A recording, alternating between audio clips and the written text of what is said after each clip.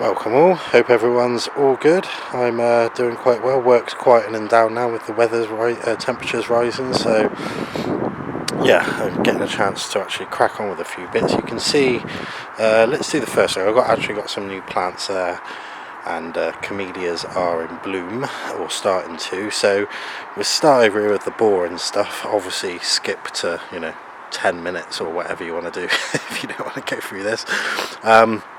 But you can see I've been cutting a few of these pavers. I just used an angle grinder in the end that I had from a job about 6 years ago. I had to chase some walls out, so I bought some blades for that. Now annoyingly, the blades are 20 quid for masonry, look, for a good one, and it only went through 2.5 or whatever that is. So when you think about how many cuts I'm actually going to have to do, I'm probably going to have to spend 80 quid on blades, but there we go, it is what it is. Sorry if I sound a bit throaty, I've got a bit of a sore throat, but yeah, it's that time of year for it. So you can see on this end, in the middle bit I should say, I'm just sort of going through whether it looks better like this one here on the left, if you sort of see what I mean, where the 45s touch the corner of the grey ones, or whether it's going to look better like this, where the 45 is sort of half a block out. And this is, you can see my pencil mark on that one where that one's going to be cut.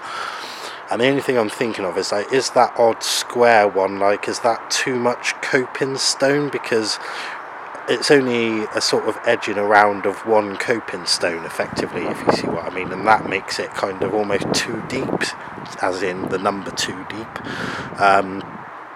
But then if I do it like this, especially on this side, what's going to happen is, like I said, where from the centre point, this one that centre line there where my foot is, it comes out 1.5 till it gets to the 45.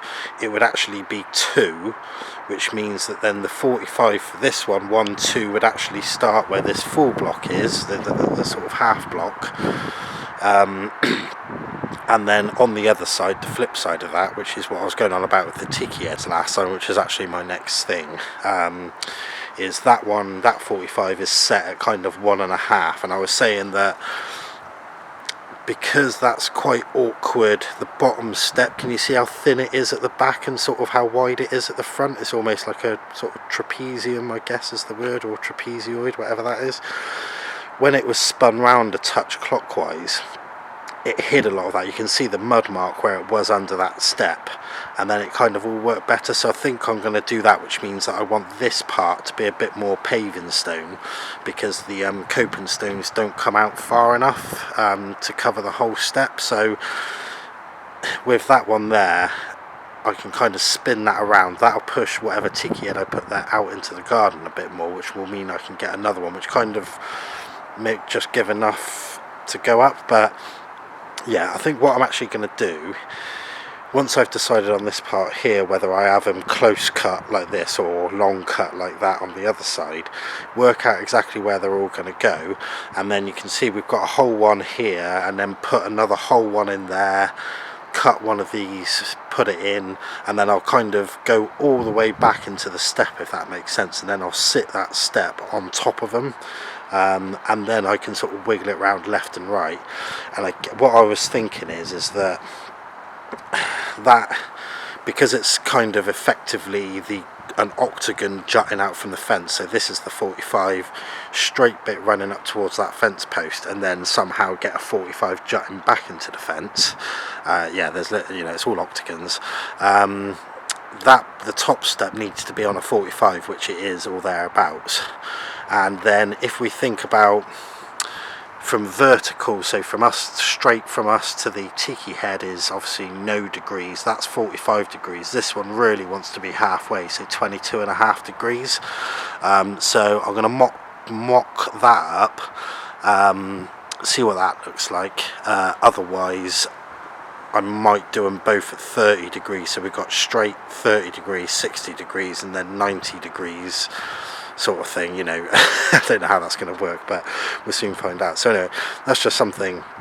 I've got some blades on order, so I'll pick them up. On this side it's a bit more of a nightmare, because this bench is going to be there, if you see what I mean, so you can see how far it comes out. Now, following the true trajectory of these, something else that I thought was quite nice that worked out well, you see this like row of coping stones here. If we follow them up, they're going to be perfectly in line with the ones that are going to go on top of that little wall for the to put your drinks on if you're sat on the bench, so that worked out quite well. What hasn't though is I've taken them away, but there basically were two of the little 45 cutouts, those two that are over there. I put them on there last night just to mock it up a little bit, and it's a bit awkward because obviously this juts out, or the 45s, there's two rows of 45, if that makes sense, from the straight bit. There's two stones going up. If I do that there, it brings me to here, and I'm not sure if that's like a wide enough path to walk on. If you sort of, if you catch my drift, my foot is basically that, so really it needs to be minimum there. But then if I bring them out that far, the 45 isn't going to come all the way up to coping stones, so yeah, it's a bit of one of them. I may have to do, and also I don't know if I like them,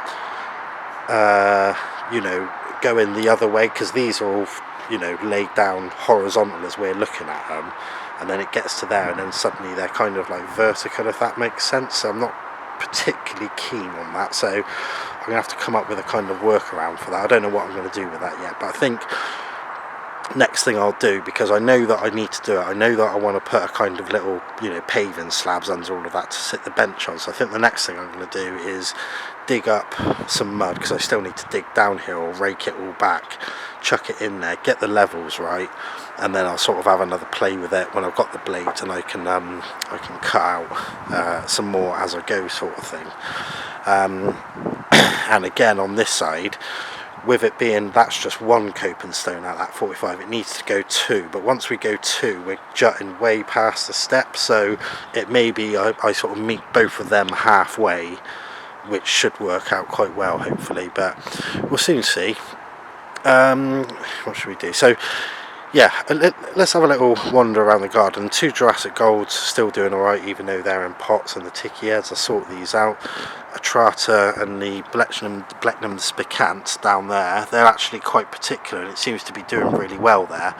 And this is going to be a theme of the garden. It's doing really well there, but I'm probably going to have to move it because I want to put a climber in. So, I'm sure I'll find somewhere else for it.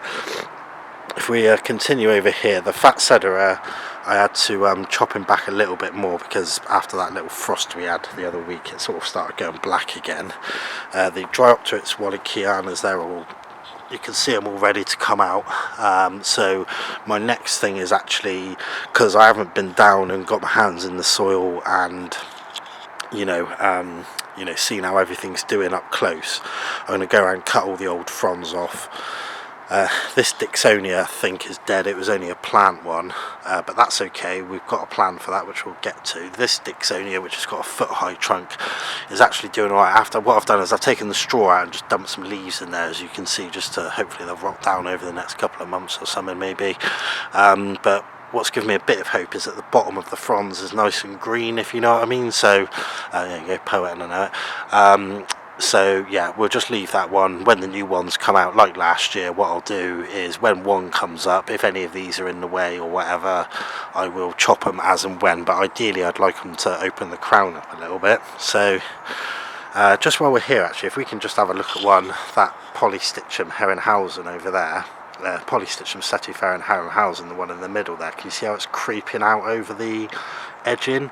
That is spot on. I love that. So it may be I put one of them in there, because this is quite an upright one, the Wallachiana. It's going to be similar to the Atrata there, sort of, I don't know what shape you'd call that, but yeah, sort of pointing upwards, whereas that one's a bit sort of lower and sort of gnarly down on the ground, so I think that'd look good there coming out across there. So but we'll get to that in a second. Otherwise, the Atrata, one of my favourites, has shrugged off everything. Colour's gone out of it a bit, it's a bit more green than the grey, but it'll come back good hopefully. This Herrenhausen, which is the same one as that, again, it was over there in the full sun, it didn't like it, so I only moved it late last year, so I don't really want to judge this one until we've had another season with it where it is. Fig Tree, that'll be coming out soon. In between these two, actually, I'm going to put a bigger Cyathea Australis, which means I need to run my little over-soil heating system out here. Around here, we're all doing good here. The spleniums are getting munched by something. I don't know what they're getting munched by because they've been fine all year, so there must just be something that likes them at this time of year. But you know, I'm not amazingly fussed. The climbing hydrangea in the back's nice and green, so that's good. That is a Polystichum polyblepharum, which what I'll do is I'll cut all the fronds off on that. You can see they're starting to go discoloured, and it goes a real nice, I wouldn't say metallic, but they're kind of furry and quite what's the word I'm looking for? I can't remember, but we'll get to that one when it comes to it in the next month or two when it starts growing. Nephroiepis, this is where, once I've taken this royal fern out, I might leave them in there just for that autumn colour, like I said a few videos ago. But where that trowel is, that's where another Cyathea is going to go in there. The Nephroiepis is doing well. He seems to have shrugged off the winter, as long as we don't get anything too bad. He's been uncovered for the last frost actually, so hopefully it'll be quite a tough one that. I'll get into the Nephroiepis on another video because I quite like them and I've got a few plans going forward.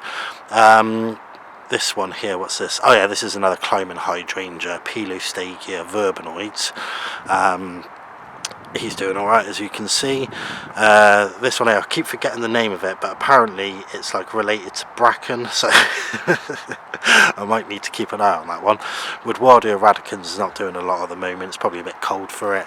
Setiferum dendifloria, he's quite tough. The T-Rex has actually popped out a new leaf, but I think that was when we had that week of kind of good weather, because this just gets the least, it just gets the sun when there's the least amount of light. So he's popped out a leaf which then got frosted off, but that's a good sign, that is, because I was a bit worried that he was dead.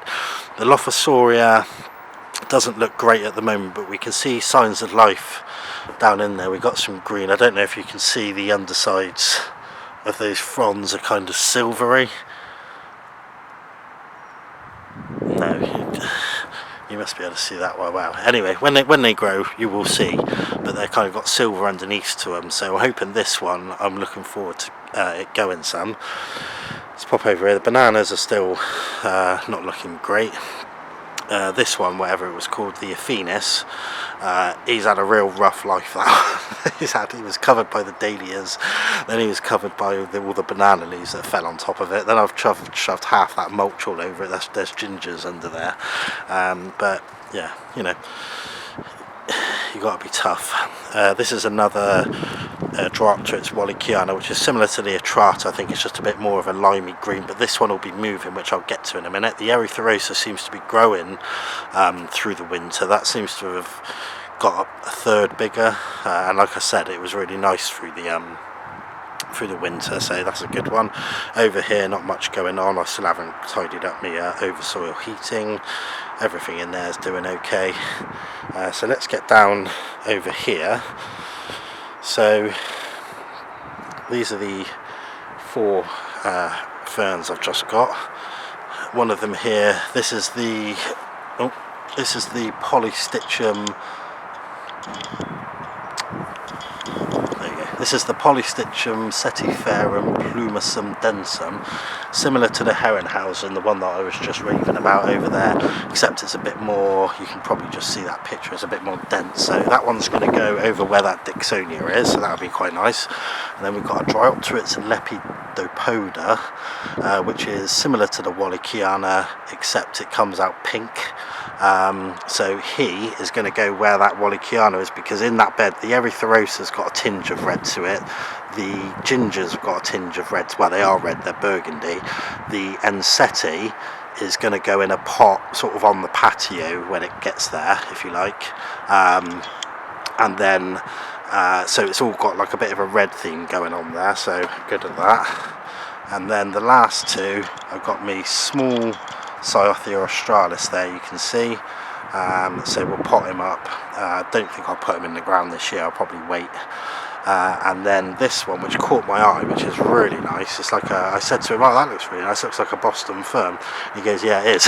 But it's a Cordifolia ladder fern, and it looks like it's going to be an outside Boston fern. It's not fully hardy, but I think I can make do with it. But look at that, it looks an absolute beauty already with those massive fronds. So he is actually going to go there now in the space of that Wallichiana crespum.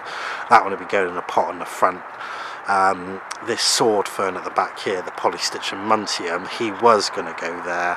I need to find a place for him, so we'll have a look at that when we get to it. That one at the back there, if you're interested, is Maidenhair, which I killed last year, which is just starting to show signs of life, so hopefully that will go. But then the main thing that's been quite nice is this Camelia. You can see we've got some really nice flowers coming out of it. This one up here looks fantastic. We've got 1, 2 facing the wrong way. Look how many buds I've got on it. That really loves it there. So what's going to be the best thing to do with that? Move it over there and then put a Cyathea in there. So yeah, we'll see what happens with that. But yeah, otherwise things are ticking over. The thing what I like actually is that usually what happens is I get home at 4 o'clock and I like to have a productive hour in inverted commas, which is definitely me not just watching YouTube, it's me doing stuff like vacuuming, paperwork, blah blah blah blah blah, and then finish doing that about 5, and then obviously it's been too dark to do anything you know, after that. But no, it was workable light until 5:30 yesterday, so that means I can get into gear. So yeah, next thing for me, landscaping wise, I mean, I'm not going to be able to do any like I said, gardening wise, I'm going to go around, chuck a bit of manure in, dig up bits of the soil, and chop off all the fronds on some of the ferns that are all broken and all over the place. This big pile of stuff, I'm just going to leave it there. I'm assuming there's going to be hundreds of millions of bugs in there which are going to want to eat my aphids, so when the aphids start appearing, that is when I will disturb that and get all that into a compost heap or whatever I'm going to do with it. But otherwise, yeah, I'm going to cut all these stones up, so that they're all in there, get that built up under the bench, buy a few more of these grey patio slabs, chuck them under there, work out what I'm going to do with that edging, and then yeah, once that's done and the steps done, that's going to be nice. The only thing I've got to think of is these fence posts here, so it may be that I get it all half in there. Like I said, I'm just laying it on sand. I'm just going to whack down some sand and just leave it on that for now rather than cement them down, which means that it's just easy. I just need to pull them up as and when I need to put the fence posts in. So one other thing I was going to sort of do actually is this fence here that I've put in.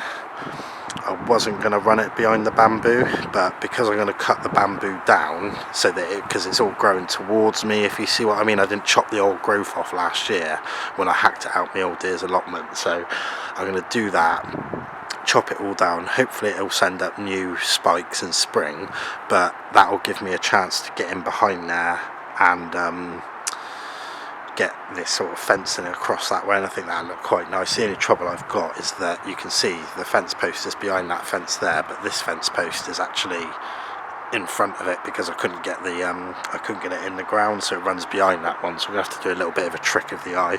Obviously I can't get all the way down either because of the big flower bed, so I'm going to have to work on a little workaround for that. Maybe do the bit behind the bench at the bottom there just to hide that. But before I do all that, I want to run out my soil heating circuit and the other irrigation one,